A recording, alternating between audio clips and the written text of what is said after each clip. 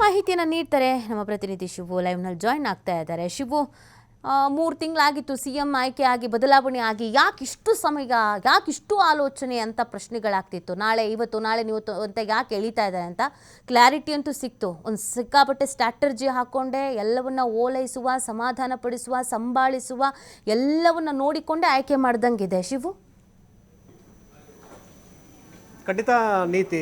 ಯಾಕೆಂದರೆ ಮುಂದಿನ 15-20 ವರ್ಷಗಳ ಅವಧಿಯನ್ನು ಗಮನದಲ್ಲಿಟ್ಕೊಂಡೇ ಈಗಿನ ಸಂಪುಟವನ್ನು ವಿಸ್ತರಣೆ ಮಾಡಿದ್ದಾರೆ ವರಿಷ್ಠ ನಾಯಕರು. ಯಾಕೆಂದರೆ ಪ್ರತಿಯೊಂದು ಈಗ ಸಂಪುಟ ವಿಸ್ತರಣೆ ಮಾಡುವಂಥ ಸಂದರ್ಭದಲ್ಲಿ ಬಹಳಷ್ಟು ಮಾಹಿತಿಯನ್ನು ಅವರು ಎಕ್ಕಿ ತೆಗೆದಿದ್ರು.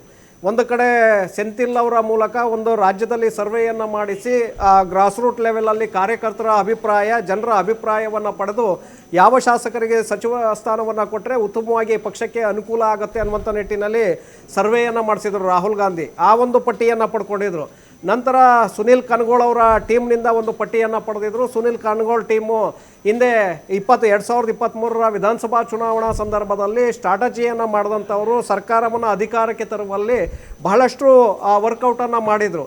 ಅವರ ಕಡೆಯಿಂದಲೂ ಕೂಡ ಒಂದು ಪಟ್ಟಿಯನ್ನು ತರಿಸ್ಕೊಂಡಿದ್ರು. ಆನಂತರ KPCC ಜಿಲ್ಲಾಧ್ಯಕ್ಷರುಗಳು ಯಾರಿದ್ದಾರೆ ಅವರಿಂದಲೂ ಕೂಡ ಯಾರು ಸಮರ್ಥರಿದ್ದಾರೆ ಅಂತೇಳಿ ಅವರ ಕೆಪಬಿಲಿಟಿ ಮತ್ತು ಪಕ್ಷಕ್ಕೆ ಅವರು ಕೊಡ್ತಾ ಇರುವಂತಹ ಕೊಡುಗೆ ಮತ್ತು ಅಲ್ಲಿ ಸಂಘಟನೆ, ಜನರ ಜೊತೆ ಇರುವಂತಹ ಒಡನಾಟ, ಕಾರ್ಯಕರ್ತರ ಜೊತೆ ಇರುವಂತಹ ಒಡನಾಟ, ಇದೆಲ್ಲವನ್ನೂ ಕೂಡ ಗಮನದಲ್ಲಿಟ್ಕೊಂಡು ಜಿಲ್ಲಾಧ್ಯಕ್ಷರಿಂದಲೂ ಕೂಡ ರಾಹುಲ್ ಗಾಂಧಿ ಅವರು ಪಟ್ಟಿಯನ್ನು ತರಿಸ್ಕೊಂಡಿದ್ರು.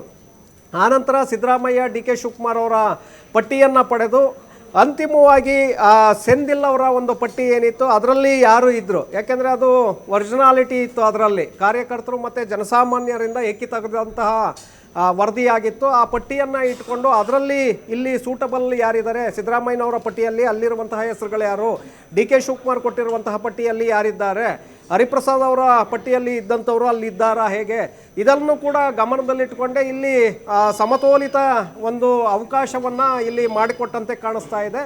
ಸೊ ಹಾಗಾಗಿ ಅಂತಿಮವಾಗಿ ಹೊಸಬರು ಮತ್ತು ಹಳಬರ ಒಂದು ಸಮ್ಮಿಲನವನ್ನು ಮಾಡಿ ಈ ಒಂದು ಸಂಪುಟ ವಿಸ್ತರಣೆಗೆ ಅವಕಾಶವನ್ನು ಮಾಡಿಕೊಡಲಾಗಿದೆ. ಅವರಿಂದ ಮುಂದಿನ ದಿನಗಳಲ್ಲಿ ಸರ್ಕಾರಕ್ಕೂ ಕೂಡ ಒಳ್ಳೆಯ ಹೆಸರು ಬರಬೇಕು, ಹಾಗೆ ಪಕ್ಷವೂ ಕೂಡ ಮತ್ತಷ್ಟು ಬಲಿಷ್ಠಗೊಳ್ಳಬೇಕು. ಆ ನಿಟ್ಟಿನಲ್ಲಿ ಈ ಒಂದು ಪಟ್ಟಿಯನ್ನು ಮಾಡಿದಂತೆ ಕಾಣಿಸ್ತಾ ಇದೆ ನೀತಿ.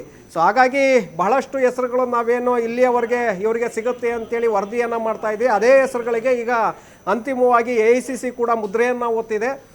ಅದರ ಜೊತೆಗೆ ವಿಧಾನ ಪರಿಷತ್ ಮತ್ತು ವಿಧಾನದ ಸಭೆಯ ಸ್ಪೀಕರ್ ಮತ್ತು ಸಭಾಪತಿಗಳು, ಹಾಗೆ ಡೆಪ್ಯೂಟಿ ಸ್ಪೀಕರ್ ಮತ್ತು ಉಪಸಭಾಪತಿಗಳ ಆಯ್ಕೆಯನ್ನು ಕೂಡ ಮಾಡಲಾಗಿದೆ.